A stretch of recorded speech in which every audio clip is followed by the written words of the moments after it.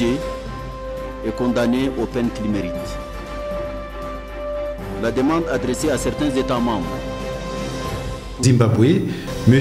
Mnangagwa, ancien vice-président, âgé de 75 ans, devrait arriver à Harare aujourd'hui à 18 h heure locale. Belgique, une semaine de travail par an perdue dans les embouteillages selon les présidents de la Fédération des entreprises de Belgique. Madame, mademoiselle, monsieur, bonjour. Le journal d'Al-Mouatine. Le président de la Commission de l'Union africaine a réagi ce mardi au calvaire des migrants subsahariens en Libye. Moussa Faki Mahamat a évoqué une situation dramatique et un crime contre l'humanité. Un rappel, il y a de cela quelques mois, l'Organisation internationale pour les migrations avait pourtant documenté les trafics d'êtres humains en Libye, mais les officiels africains étaient loin d'imaginer la situation avant de visionner les images sur CNN.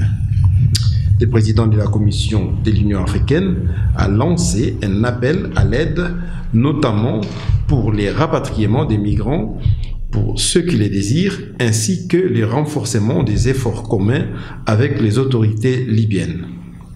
Le gouvernement libyen, qui ne contrôle pas les zones touchées par ces fléaux, a demandé l'aide de l'Union africaine ainsi que de celle de l'Union européenne. Selon M. Moussa Faki, seul le gouvernement rwandais a marqué sa disponibilité à rapatrier et accueillir les migrants sur son sol. Écoutons M. Moussa Faki.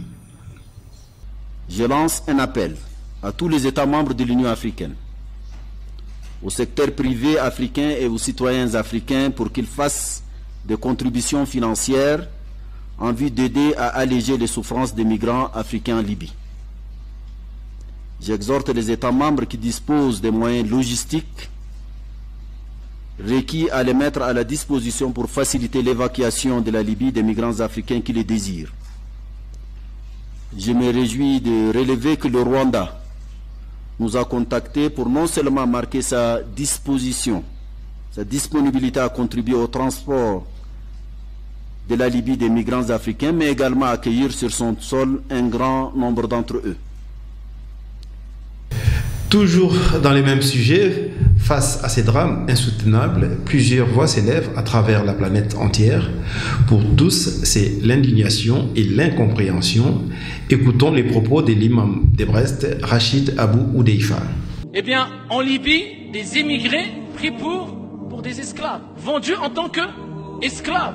Eh bien, la cause, c'est quoi? Alors on retourne en arrière. Je vous ai dit, c'est pas il y a 14 siècles ce que je suis en train de... Là, on parle d'aujourd'hui, 20e siècle, 21e siècle. On revit ce qui a été vécu il y a plus de 14 siècles. Peut-être 17, 18, 20 siècles en arrière. Regardez le retard. On retombe dans l'esclavage. Certains prennent des immigrés et les vendent afin qu'ils soient esclaves. À notre époque, en 2017.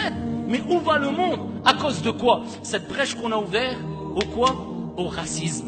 Pourquoi? Celui qui est pris, qui est émigré, qui essaie de s'en sortir, parce qu'il est noir.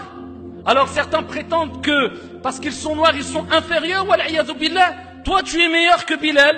Toi, tu es meilleur qu'Oussama ibn Zayd. Toi, tu es meilleur que Muslim. Tu es meilleur qu'Al-Bukhari. Tu es meilleur qu'Abu Daoud.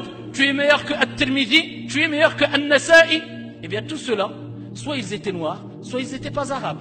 L'imam al-Bukhari n'était pas arabe. L'imam Muslim de Khurasan, il n'était pas arabe. L'imam Abu Daoud, les plus grands rapporteurs de hadith et savants, parmi les plus grands savants du hadith. L'imam al-Tirmidhi n'était pas arabe. L'imam Abu Daoud n'était pas arabe.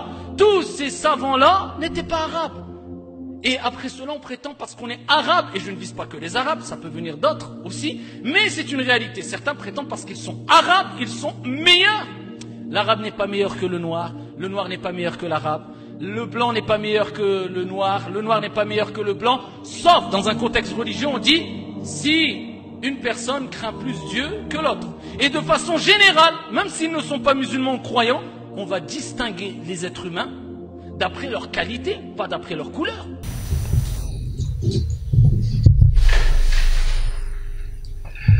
Restons en Afrique. L'ancien numéro 2 du Zimbabwe, Emmerson Mnangagwa, sera investi président vendredi prochain après l'annonce ce mardi de la démission de Robert Mugabe qui a dirigé les pays d'une main de fer pendant 37 ans.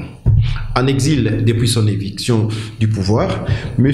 Mnangagwa, ancien vice-président, âgé de 75 ans, devrait arriver à Harare aujourd'hui à 18h. Belgique. Ce matin, sur les ondes de Bell RTL, l'administrateur délégué de la Fédération des entreprises de Belgique, M. Timmermans, a exhorté le Premier ministre Charles Michel à s'attaquer au problème de la mobilité. Selon M. Timmermans, nous sommes en moyenne, par Belge, 44 heures dans les embouteillages par an, ce qui représente plus d'une semaine de travail. Il lance ainsi un appel pour trouver des solutions à ces problèmes en organisant notamment un comité de concertation avec les différents ministres régionaux. Merci pour votre fidélité. Je vous fixe rendez-vous la semaine prochaine. Au revoir.